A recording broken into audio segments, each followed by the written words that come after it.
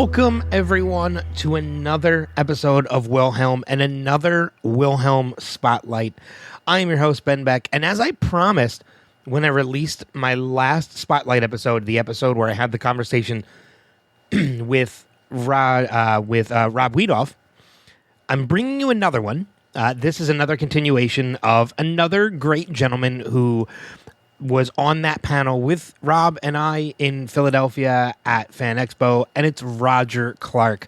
Again, if you're a fan of the Red Dead Redemption games, this time in particularly Red Dead Redemption 2, you know Roger as the voice and the motion capture artist of Arthur Morgan, the main character from the story.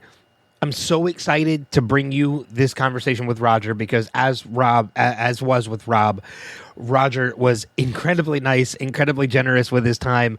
We got to talk a lot about Red Dead Redemption 2, about him winning at the Video Game Awards, as well as the other awards that the game took on and won.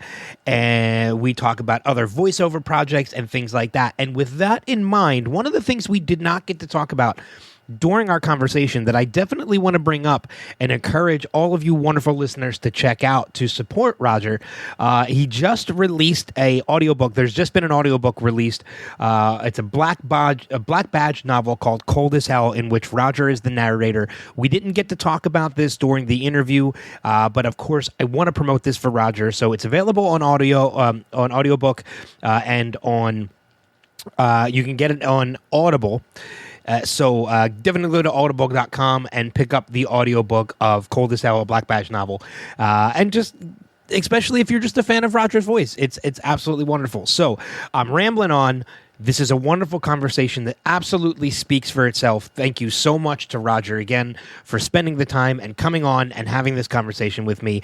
As always, I thank you so much for the support and the wonderful comments and feedback on the conversation with Rob from the other day, from last episode. Hopefully you guys send those comments and that feedback for this episode with Roger as well. I will absolutely have Rob and Roger back onto the podcast in the future, as well as, who knows, most likely some other members of the Red Dead cast. And I'm very much looking forward to talking to them as well. So if you're on Instagram, follow Roger on Instagram at RollingRog, RollingRog. And, of course, for Wilhelm in this podcast, I want to encourage you to follow this podcast if you don't already as well, at Wilhelm Podcast on Instagram, at Wilhelm Podcast, or Facebook.com/Wilhelm Podcast. And of course, if you ever want to be a guest on some of our top 5 episodes, or you just want to send in your feedback, you can absolutely do that through email. You can send that to the Wilhelm Podcast at gmail.com. Again, I hope you guys enjoy this. Here is my conversation with Roger Clark. What's up, everybody? Welcome to another edition of the Spotlight series here on Wilhelm. From the serious gamer to the casual gamer, if you're a gamer at all, really, the high likelihood is that you know of my guest. He has the distinctive voice of Arthur Morgan from one of the most successful video games ever, Red Dead Redemption 2, as well as a number of other past and future projects. Please welcome my guest, Roger Clark. Hey, how's it going? Thanks for having me, Ben. Yeah, I'm excited. I just talked to Rob right before this as well. And I'm sorry. About the fact that I spoke with Rob, or that I spoke with him first. That you had to speak with him at all. No, he was great. He was coming to me live from his chicken coop. Too right. As it should be. Rob should always go first. He was first after all. I wouldn't even be here if it wasn't for him. Yeah, if not for he did the original Red Dead and then returned for Red Dead Redemption 2 and working with you. And I want to say I started with Rob with this when I spoke with him, and I'm going to say the same thing to you. We met a couple weeks ago, if not, I think around a month ago at this point. Yeah. At Fan Expo Philadelphia. Yeah. And when I moderated your panel, and I want to say, of all the panels I moderated that weekend, and this is not like blowing smoke or anything like that, you and Rob, that was my favorite panel of the weekend. What? No way. And I'm honored. And it's more because like as a panel moderator, I love being on the main stage with the big stars and everything. But when you talk to, not saying that you're not a big star, but No, it's cool. but you know, There's like, a lot of Star Trek people that week. there were a lot of Star Trek people here that weekend. And I get starstruck by those guys. Yeah. But I mean, like being on stage with you two because of, you know, our panel was on Saturday. I met you guys on Friday when I came up to your table and I introduced myself. And then we spoke a little bit about it up to each other backstage before the panel. And then the panel happened. And you guys are just so personable and down to earth and gracious to your fans that like I couldn't help but just love meeting you guys. And that panel. You did. You pulled the wool over my eyes well enough that I invited you on the podcast. Yeah. Where'd you get the idea of Wilhelm? Is that the Wilhelm scream? It is the Wilhelm scream, yeah. Very good. So the backstory to this podcast is I actually have two different formats under one name. I have these conversations with people from the entertainment industry, such as yourself and Rob, and I've had people from The Office and stand-up comedians on. That actually was under a different podcast I used to call The Spotlight. And then I created Wilhelm, which is a kind of like a top 5 format where I invite somebody on, whether it's a friend or a fellow podcaster, and we'll come up with a topic. Like I just recently released in honor of Mother's Day, me and a friend came on and we talked about our top 5 favorite TV moms. Oh, cool. And then I figured like, okay, this Spotlight has had an audience for a number of years now. Wilhelm is brand new, is still building an audience, but they're both kind of TV and entertainment related. So I was like, I'm just going to combine the two and put them both under Wilhelm because I love that name. Yeah. And that's the birth of it now. So now these Spotlight episodes are now like part of the Spotlight series that I call them of Wilhelm. Nice one. Oh, but yeah. That's awesome. I'll have to check some other ones out. Thanks. I appreciate it. And yeah, I mean, and yeah, you're right. I want to see Rob's chicken coop too. He's got, we were talking before we pressed record, all the art he's got. I have a bit, but nothing compared to him. It's the entire, and it's not just what you see on camera either. No, it's everywhere, which is nice. It's the entirety of his chicken coop. I love that it's just a chicken coop. Yeah, that's the only place where he's allowed to put it up. His wife probably doesn't let him put it up in the house, which is all right. My wife strongly encourages me to keep it just to my office as well. So. See, I live by myself, so I'm able to put it literally wherever I want, which is nice one. The beauty of it. Yeah. You know, one of the things that you mentioned before we started recording was, you know, we started talking about our convention experience and how you remember going to a convention in the early 90s in New Jersey. Yeah. You grew up in Ireland. You can hear the Irish brogue in your voice, but I don't know if a lot of people know. Yeah, you are originally from New Jersey. Yeah, I was born there. Yeah. And lived there till 12. Although we traveled to Ireland throughout my childhood. But yeah, I left America proper just after 7th grade. Yeah, I mean, and you know, you studied theater in what was it, Wales? Wales, yeah. Wow, very well remembered. Yeah, yeah, just outside Cardiff. Yeah. So you originally started in theater before anything else. I mean, is there still a love of theater that exists for you? Absolutely, yeah. Theater's where it's at. I think that's the best place for any actor to learn their craft too. You know, I always say it's because there's no filter between in your audience and you learn in real time what does and doesn't work, you know? Yeah. I mean, and you live, I think you're currently in New York City? Not anymore. No, we moved out to Connecticut shortly after Red Dead came out. Okay. Yeah, my wife's from here, and there's better schools for the boys, so we're out in Connecticut now. Yeah, you're still not too far from New York, though. I mean, 2 hours. Yeah. And when you lived there, did you get to go to a lot of shows while you were there? Or? Not as many as I would have liked, but yes. You know, Broadway's so expensive, but yeah, I did see a lot of shows, and I was able to be in a lot of shows too. Never quite got on Broadway, but a lot of off-Broadway stuff. Yeah, that was Shakespeare. Yeah, and that was going to be another. Oh man, I don't know why I didn't picture you in Shakespeare, but you with Shakespeare would probably be fantastic. Sometimes, yeah. I would like to think sometimes, yeah. I love Shakespeare.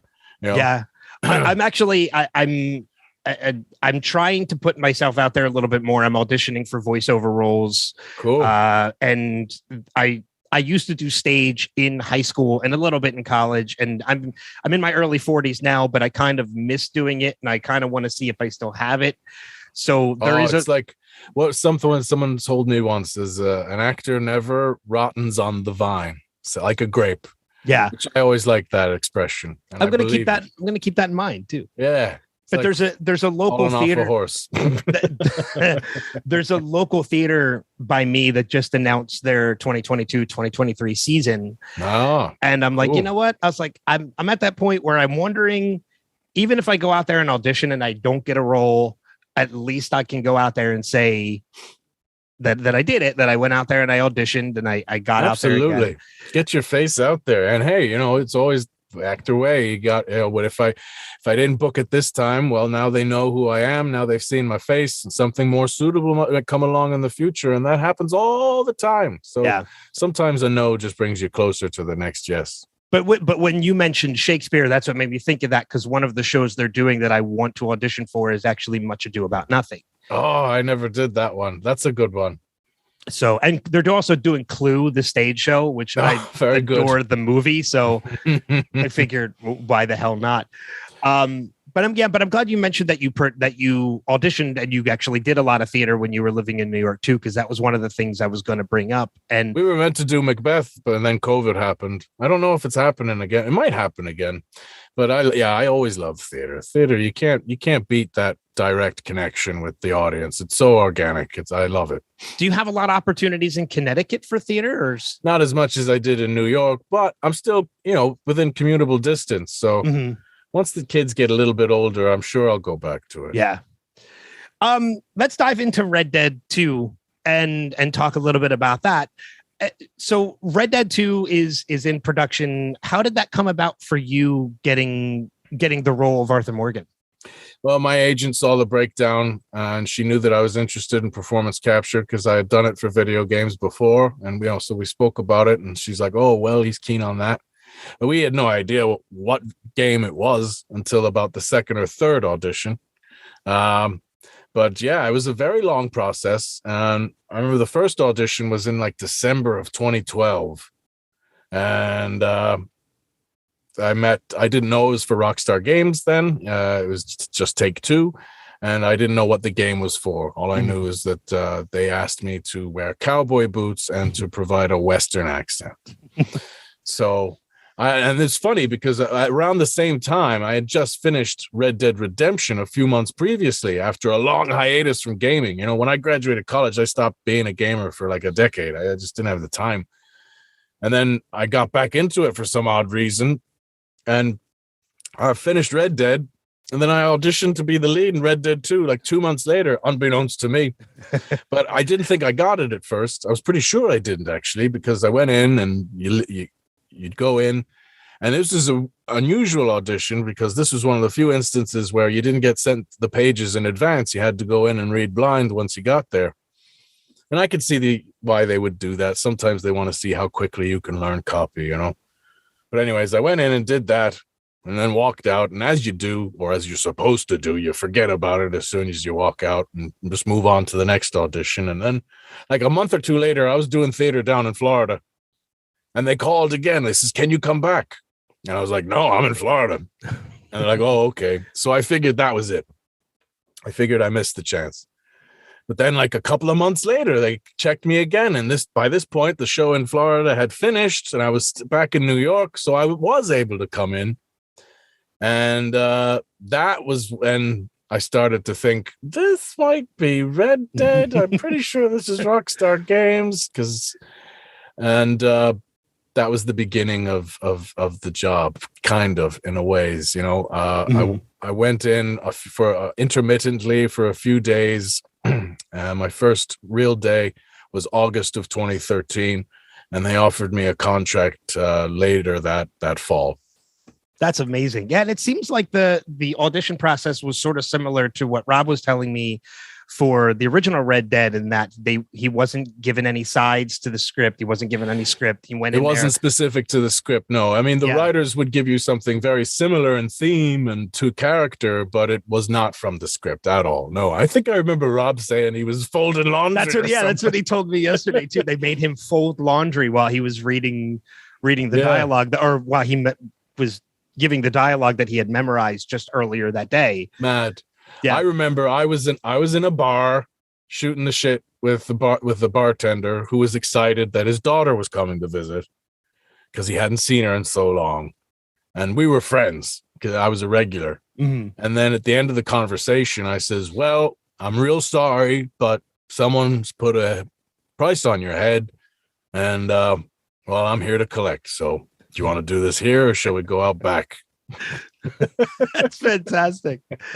And so, I mean, so you were a fan of you kind of answered the question already in saying that you had just finished playing the original Red Dead. Huge fan. And enough, and spoilers, but when John died at the end, that was the first time that had ever happened to me in gaming. And I thought I did something wrong. I was going back trying to go to a previous save and try and save him. I went down the wrong path. Yeah. That game blew my mind. And it was one of the few games that my wife didn't mind watching because of the beautiful scenery and the horses and whatnot. It really blew my mind. I think Rockstar Games are one of the best studios out there, and they have been for a while now. And there's hardly every single thing they've come up with I've enjoyed. There's not really any other studios I could say that about. Yeah, I'm in the same boat. I mean, you go back maybe Naughty Dog. But you go back to games like Bully, which I believe was Rockstar, and obviously the Grand Theft Auto games, and the Red Dead even the games. First one when you're looking down with the bird's eye view. I miss that game. I really wish I could find a copy of that game to go back and play that, because I miss that overhead view. With all just the like old the games are starting to go now. It's so sad. Yeah.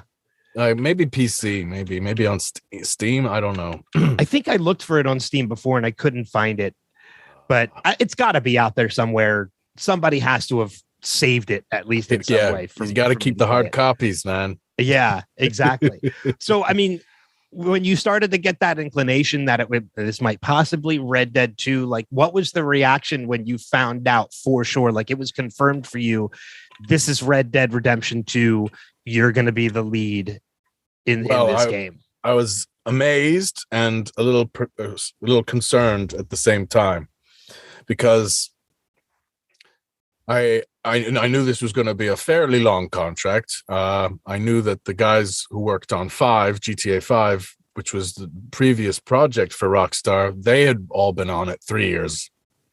So I knew it was probably going to be something similar to that, which was a very long contract. And I was very grateful for job security for an actor is unheard of. And to know that I'm going to be working regularly for the next 3 years, wow, that blew my mind. But then I was a little nervous too, because I was a big fan of John Marston, and I knew that once I remember playing as Jack at the very end, and nothing wrong with Jack Marston. He's great, but he's not John, and you resent him for that. And I thought, people, they're going to go, Arthur, who? I want to play John, man. And I realized that might be a possibility. So maybe I put a little bit of pressure on myself, because I knew trying to recreate what Rob had done would probably not work, because you can't out John Marston. Yeah. So I was thinking, I got to probably just do my own thing here. But, at the same time, taking a huge amount of influence from what Rob did with John, but also having to come up with, make Arthur his own thing and not a copy, Mm-hmm.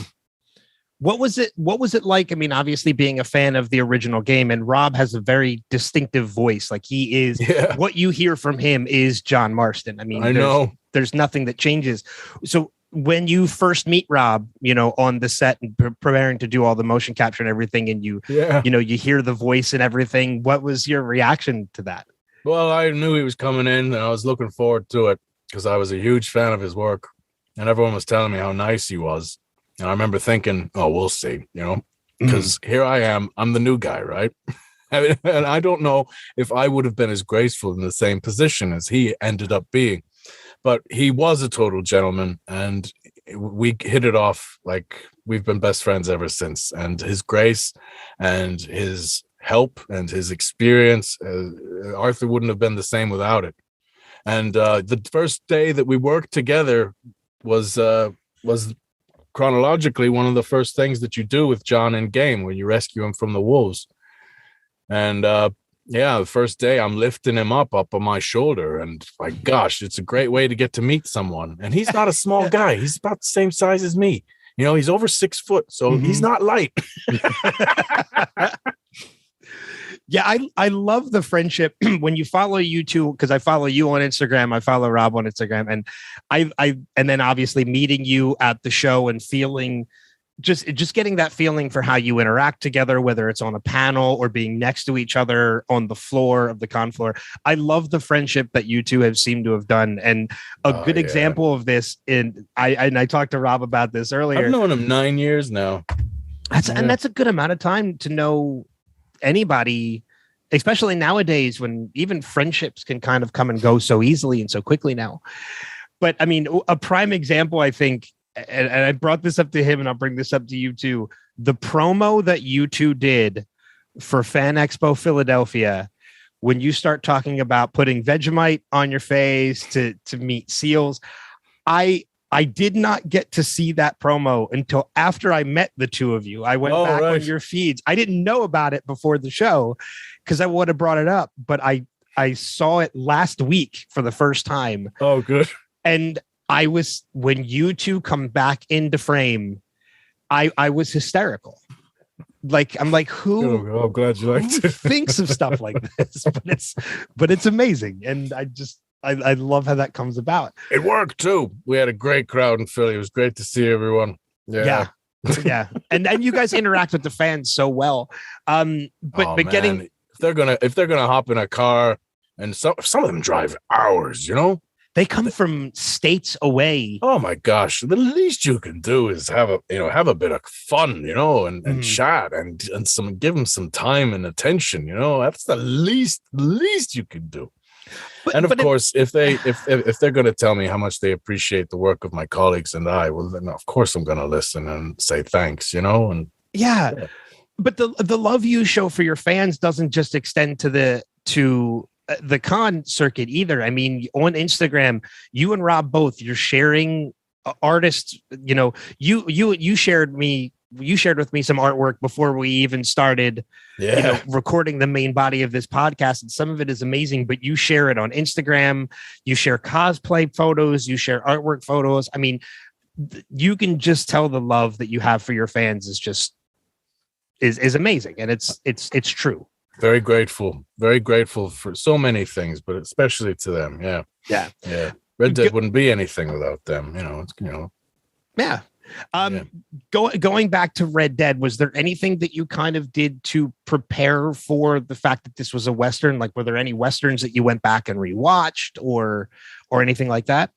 Sure. Yeah. I was always a huge fan of Westerns. We were watching them with my dad. He was more John Wayne. I was more Clint Eastwood, I remember once I found out that I was going to be predominantly motion capture, the job, I started trying to get into shape, because I wanted to do as much of that as I possibly could, it depends on the studio, but, having ownership over your character in a video game is not quite the same as on stage or in a television show, because, more often than not, you can have multiple performers perform the mocap of a role of a character.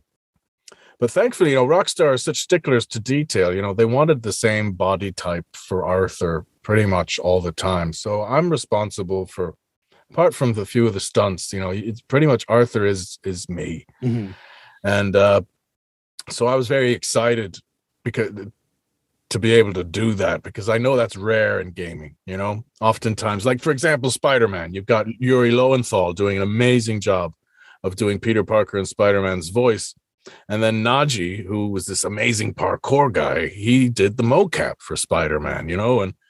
And for a character like Spider-Man, who's got his face is fully covered when he's in superhero role, I mean, that was feasible to do. Mm-hmm. But to be able to to perform Arthur's scenes do the facial and the voice and the mocap all simultaneously, it really wasn't that dissimilar to what it would have been on film. And I just loved the ability to be able to take that ownership, and to take that character on the epic journey that was Red Dead 2. It took a long time. Like I said earlier, the GTA 5 guys were at it 3 years. Well, we ended up being 5 years. Okay. I thought I had 4 in my mind for a particular reason. Yeah, because 5 makes 4 to 5 years. I mean, seems like it's normal though for a game of that detail. It's getting to be, yeah. It really is. We didn't expect it to be that long, and I don't know if it'll ever will be. I mean, technology has afforded it to be a little bit shorter now, especially a lot of the in-game animations with stuff that I'm working on now. I see a lot of the technological innovations that can shave off a lot of time for in-game stuff. But when you're doing cutscenes, it's still pretty time consuming. It's just like doing a film or a TV show. And I think with the hours that we put in the can for Red Dead 2, it would be something similar to maybe 5 or 6 seasons of a TV show. Wow. Yeah, that's a good investment of time just for any kind of one project. The only thing is with TV, the pilot airs, you get somewhat of an idea how it's getting received by the audience, Yeah, we had no idea until it was all done. I mean, so we had to trust each other, And look how it turned out too. Like Red Dead Redemption 2 became, like, as I mentioned, it's one of the greatest games I think that's ever been made. One of the most successful games that's ever been made still to this day. Gosh, so, yeah, pretty lucky. Rockstar has a good track record when it comes to that stuff. Yeah, they sure do. But, speaking of success, we talk about the 2018 Game Awards. Red Dead Redemption 2 is nominated for several awards, including, best performance for you. You're nominated against, Christopher Judge from God of War. Yeah. Yuri Lowenthal, who you mentioned from Spider-Man. Yeah. Lovely guy. Red Dead Redemption 2 ends up winning. Brian Deckard, Melissa. Yeah, that was a tough year. Yeah. Great stuff. But, Red Dead Redemption 2 ends up winning a number of awards that they're nominated for, including you for best performance. What was it like hearing your name read as the winner of that award? Oh, man, I was in shock. And then I had to shake Christopher Waltz's hand. Yeah, you had Christopher Waltz and Rosa Salazar, I think, were your presenters. I remember sat there and, I'm with my wife, and this person just comes up and is like in between, like on a commercial break. And she's like, okay, good. I just wanted to check you're still in your chair. I was like, well, yeah, where else would I be? I didn't say that. And she's like, don't go to the bathroom. Don't go to the bathroom. Whatever you do, don't go to the bathroom for the next couple of minutes. So then I turned to my wife and I says, why did she say that? And she's like, I think you're going to win. I'm like, nah, they probably just want to make sure that the camera's on me when they say my name and the nominees. Mm-hmm. But no, I'm very grateful. I mean, it's nice to be acknowledged for your work. But I think all the nominees that year were spot on. And yeah, it's really nice to be acknowledged for your work like that. I did not expect that. And of course, I think it's something like 10% of that was the fans. 10% of that vote was dedicated to the fans. So I'm very grateful to them too, because the game had only been out a couple of months. Mm-hmm. Yeah, it was still relatively new at that time. Yeah. So, and I mean, it's not a short game. So I would assume the majority of people had not really finished it yet at that point.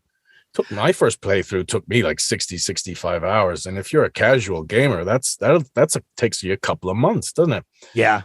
So I would assume a lot of the people hadn't finished it yet. And the fact that, I still snagged it was like, wow, thank you so much. Yeah.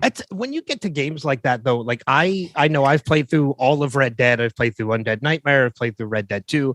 And I actually, funny enough, I just caught a sale on Red Dead 2 on Steam.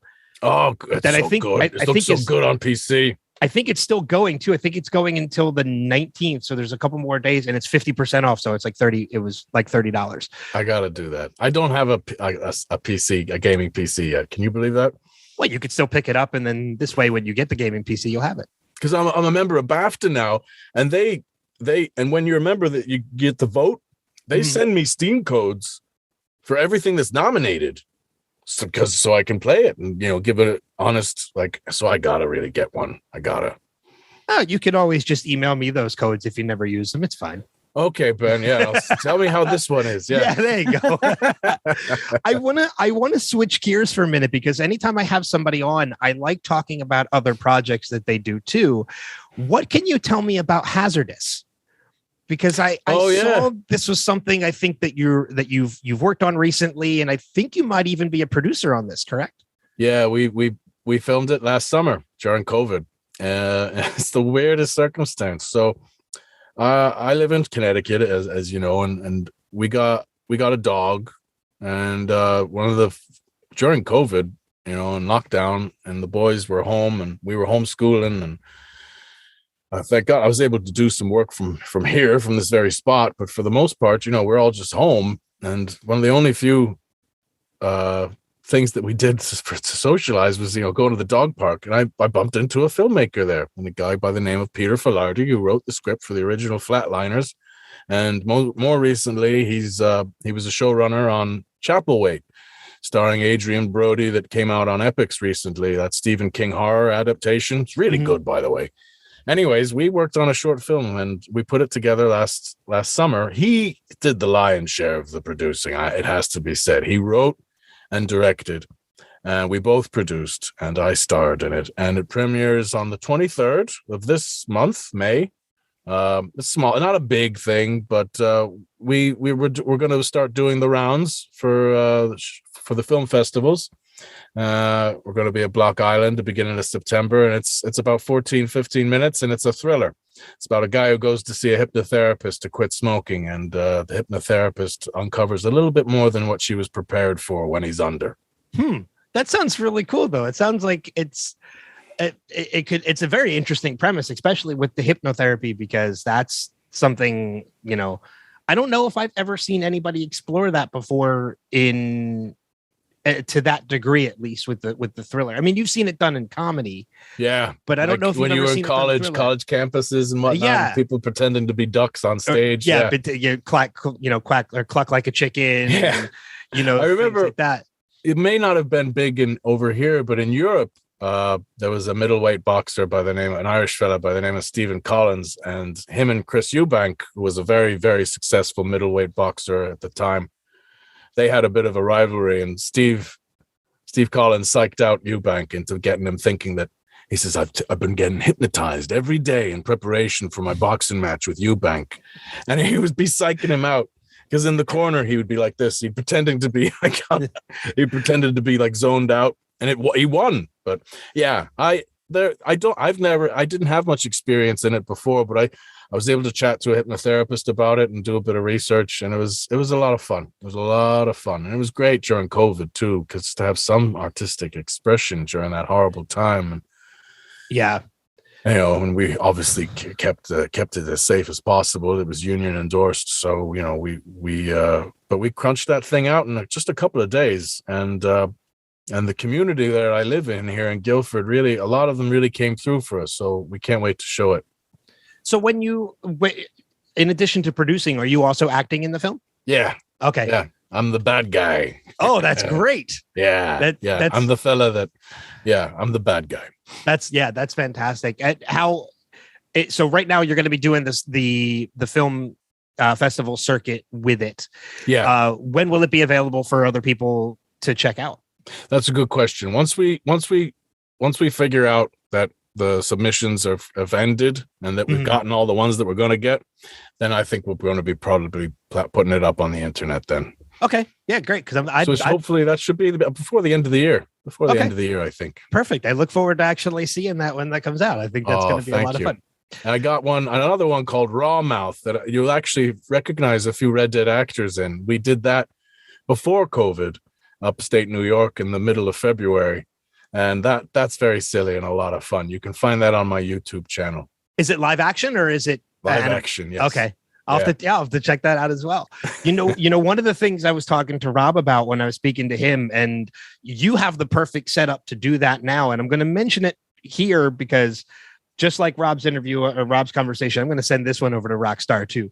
I want to get I want Rockstar and Netflix to work together to do an animated Red Dead Redemption Oh my gosh. Yeah. series, and bring you back, bring Rob back, bring all the other actors from both series back, and it's something that can be done as you're doing this from your studio at home right now, and something that people can do from home. And I think people would like to see it. I would like to see an animated series. Would it be an adaptation of what happens in Red Dead 2, or would it be something new entirely? What do you think you would rather see? Yeah, you know what? That's interesting, because to do something new entirely, you'd have to keep going back in time, wouldn't you? Yeah, it would have to be in flashback formats, because we already know the fates of both of these characters. Yeah. So, yeah, I don't know. I don't know how that would work. But either way, I lots of people have spoken about that, and I think it would be. I don't know, though. I don't know. I remember the whole time I was working on Rockstar Games, they always said, we make video games. Mm-hmm. We don't make movies. We don't make TV shows. We make video games. But never say never. Who knows, man? Who knows? And, I mean, to a degree, I understand what they're talking about. But like you mentioned, with your wife watching you play, I don't know if you remember this or not, but when we spoke at Fan Expo, and she's going to love the fact that I'm name dropping her right now.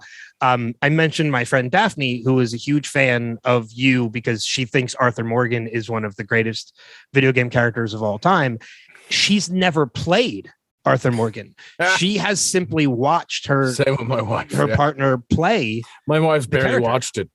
Yeah. I mean, and just from watching it. So, I mean, Rockstar makes video games, which is true. They don't make movies. They're very cinematic video games. It's basically a 60-hour movie.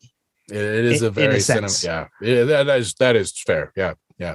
Even GTA, which is like modern day satire, and Red Dead, who's like the second biggest flagship, that's more of an ode to the Western genre, and they do it so well, and you can tell they're such cinephiles. Like there's a lot of inspirations from great Western movies in Red Dead 2, and in the first Red Dead as well, for that matter. And you can see a lot of that influence being carried across. But yeah, I just love the fact that they translated the Western film genre into gaming so well, because they did. I think, dude, I'm speaking. I mean, I'm biased, of course, but I think they did a pretty good job. I mean, they did all right. Yeah, I mean, from your perspective, it might come across as biased, but I don't think you're not speaking anything that's not true. I mean, because again, I play the games, and I've bought the game for a second time. I mean, just so I had it on a different system. Fair enough. I've done that with a few of the GTAs too. Yeah, I did that with GTA 5. I bought it. I had it for my Xbox, and then I got a PS5, and I didn't buy the PS. I haven't bought the PS5 one, but I did buy the PS4 one after the Xbox 360 one. Yeah. So you do you own a PS5? I got one about a year ago. Yeah. Nice. Yeah, I got one on day one. You see, so you pre-ordered. That was what I should have done, because I thought, I'll just get it after Christmas once the rush is over, like an idiot. And but I finally got one, and it was because of what's his name, Waluigi, some fella on Twitter. He tells you whenever a store has it in stock. Yeah, he does. It seems to be getting a little bit easier. Yeah, but I mean, even when you pre-ordered, you weren't guaranteed, because of how the popularity of the new system, you weren't guaranteed to even get it with the pre-order. I know some people didn't get their pre-orders till like 6 months after release. Yeah. And I just remember, like, I pre-ordered mine on Amazon, and when the day of release came up, I was like, all right, we're going to see if I get that email that says your item is shipped. And like 2 days before the release, I got that email saying my PS5 shipped. I was like, yes, I'm getting it day one. I'm going to love it. And I don't think I've always been the kind of person who plays, like, I don't believe in the console wars. I give everything. No. Yeah. Come on. They're both great. Yeah. I own an Xbox. I own a Switch. I own the PS5. I don't have the new Xbox yet. Me neither. But once Bethesda announced what they're finally doing, I'm going to have to get one as well, because it's probably going to be exclusive now. Probably. Yeah. Because I think Bethesda, Elder Scrolls, I think is. And Fallout. Yeah. Oh, that's right. Yeah, Fallout. Yeah. I'm hearing a lot of chatter about Elder Scrolls 6. So I know. And it's really there. Yeah. They're great too. They're awesome. So other than the Red Dead games and anything by Rockstar, what kind of games are you into right now? I love story-driven action stuff, although I find that as I get older, I'm just getting worse. I'm becoming a worse gamer. So I don't have the time to put in what is necessary in order to be skilled at half of these games. So I'm very, very much motivated by a good story, great graphics, fun gameplay. But I'm becoming a bit of a noob at things. I'm just getting a little too like, oh, this is too hard. These 10-year-olds, they get to play it all day, and I can't compete against that. And I that's how I felt about, because I mean, I've been a gamer for most of my life, and I always felt like I was maybe not good enough to compete, but like I'm good enough to play and enjoy it. And I was then, a demon in Street Fighter too. Still am. Oh, Mortal Kombat. Yeah. And Street Fighter. I was always good at those games too. But then I tried Fortnite and I'm like, I don't know what the hell I'm doing. Like, I feel like that's when I started to get the same feeling. I'm like, I'm Call of Duty. No way. Call of Duty. Forget it. Oh, see, I played Call of Duty. I felt that way about Halo. Like, I don't know what I'm doing. But I know right now, if you haven't played it yet and you're into those storyline driven the games, I just started the new Guardians of the Galaxy. Oh, I heard that's fun. And it's fantastic. I haven't tried it yet. I loved Ghost of Tsushima. I heard that's really good. I heard I loved Last of Us. I really enjoyed Sifu recently. I'm for the reasons that I stated earlier, I'm a little scared to try Elden Ring, but I enjoy watching people who know what they're doing play Elden Ring. I'm very intimidated by Elden Ring as well. I haven't played it yet. And for the same reason, I'm just like, people that I know who are good at games have said how difficult that game can be. I've tried. I tried Bloodborne. I tried Dark Souls 3. I tried Demon Souls. No, it's not working. I know. I'm still on the second boss on most of those games. I can't. Yeah. Have you played Horizon at all? Yeah. Zero Dawn? Yeah. I didn't play the first one, but I'm playing the second one at the moment. Oh, I beat the first one. I haven't played the second one yet. Oh, second one's fun. Second one's great. Yeah. That's going to be probably the next game on my list after I finish with Guardians of the Galaxy. Yeah. So back in the day, remember when you used to say, "Oh, I'll loan it to you. I'll just loan it to you. You can have. I'll give you a copy. You can have my copy." Not now anymore. I have to give you my PlayStation if I want to loan it to you. That's what they know. That's what they do. These hard copies, man. We should lament their departure a little bit more than what we are, I'm thinking. Mm-hmm. I own a couple games hard copy, but for the most part, most of my library is digital. Yeah, and I think that's the trend that's seeming to be happening with everyone now because it's just easier. You know, it's easier to download it instead of going to the store and And Sony, I know Sony makes it easy too because you can download a couple days before the game even releases. Hell, I can order it on my phone. If I have the app on my phone, I can buy it on my phone and it'll be downloaded in time when I get home. Yeah. It's pretty good. So when those games come out, like the day of release, PlayStation will download it to your console like a day or two before the game releases, and then it just unlocks at midnight and you can start playing. And then 15 years from now, when they discontinue all the PS5 games like they just recently did for the PS3, we're going to be stuck with our genitals in our hand. Well, that's the way it was before gaming, so it's just a full circle, I guess. In addition to the series that you mentioned on YouTube and Hazardous, what else have you got going on in the future that you can talk about? What else is coming up? So, there's a couple of games I can talk about and some I can't, but we're very excited. Me and Troy Baker are working on one right now at the moment. It's called Fort Solace. That's a good name to be working with. Yeah, he's one of the best in the business. It's been a real joy working with him and getting to know him as a friend. And so what we're doing is I don't say too much, but it's set on Mars and it's a thriller. And I think it's going to knock people's socks off. I'm already sold on Mars and thriller.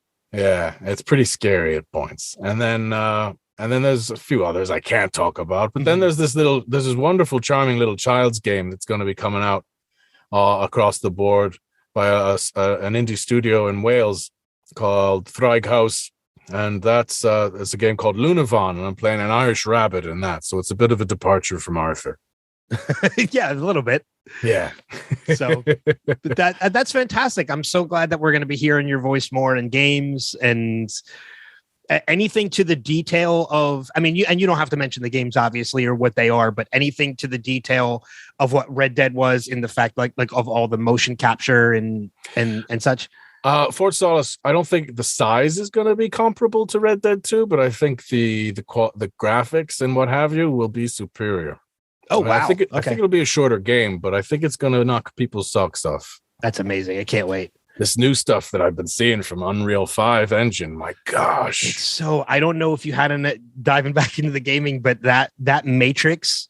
Yeah. That Matrix demo that they released was unreal. And to see when Unreal put it out there for developers to play with, seeing some of the stuff that people have come up with using that Unreal 5 engine. I mean, there's some developer out there that made a Superman game using Unreal 5, and it blew me away. I saw that too. Everybody's waiting for a Superman game, but the reason why we haven't seen one because it's pretty hard. How do you do open world Superman? Because he can go wherever the hell he wants, and he can destroy buildings, and it's hard. I understand the difficulty in making an open world Superman game, but it will come. I'm sure it's going to come soon. Well, maybe not soon, but it will come. And when it does, I hope so, because I'm one of those people that just I love Superman, so I'm like I need to play that game. My gosh, just swinging through New York as Spider-Man the last couple of years has been so joyful. I can't wait for that second game. Oh yeah, with really Venom, can't. Yeah. Roger, I mentioned your Instagram. I want to encourage people to go and follow you there. What's your Instagram handle for people to follow you? Rolling Raj. I'm Rolling Raj. I always forget whether there's a G. Whether it's rolling or rolling. Yeah, it's got a G. Rolling Raj. Yeah, and you can find me on Twitter at rclark98, and I also have a YouTube channel, and that's where you can find one of my other short films if you want to check it out. You just type Roger Clark actor on YouTube, you should be able to find it. Yeah. And yeah, that's pretty much it. Do you mind giving us a little Arthur before we wrap this up? What the hell you want to hear, Ben? All right. Yeah, go on, check out my YouTube. I don't know what the hell that is, but I'm told that people enjoy it somewhat, so it's all right. Just a little tickle in my throat. I'm fine. Really, I'm fine. That was perfect. No spoilers for people who haven't played Red Dead Redemption 2 yet. No spoilers. No spoilers for anybody who hasn't played it. But if you haven't played it, I encourage you to go and play it. I encourage you to go check out Roger's Instagram and YouTube and follow him. Roger, thank you so much for accepting my invitation to come pleasure, on. Man.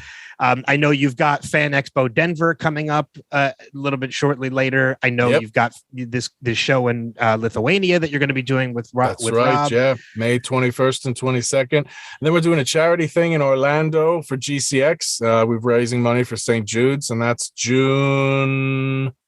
Bear with me. That's 2 days. That's June 11th and 12th. Which is fantastic, raising money for St. Jude's. It is. Yeah, we were able to raise for Halloween last year. We did a little thing for them too. We did a horror audio book, and we were able to raise a couple grand too. Is that available to still hear? I took it off sale now, but come next Halloween, we might relaunch it. Okay. Yeah, that'd be great to hear. And I think I think Rob told me you guys are doing Dragon Con too, right? Yeah, no, I think so. We'll see. Nothing's signed yet, so I don't want to commit. But yeah, We'll see. I think so. That's a big one. We've never been to that one before. It's a huge show. It's 5 days and it's just nonstop. It's like, and it's several hotels, isn't it? It's multiple hotels. Yeah. And because it's in the hotels where people are staying, that the party just doesn't end. So you've been warned. But Roger, again, thank you so much for doing this and coming on and accepting my invite and having this conversation with me. My pleasure, Ben. So to everybody out there listening in Wilhelm world, thank you, of course, for the support. And we'll catch you on another episode of Wilhelm. See ya. All right, then I'll catch you later.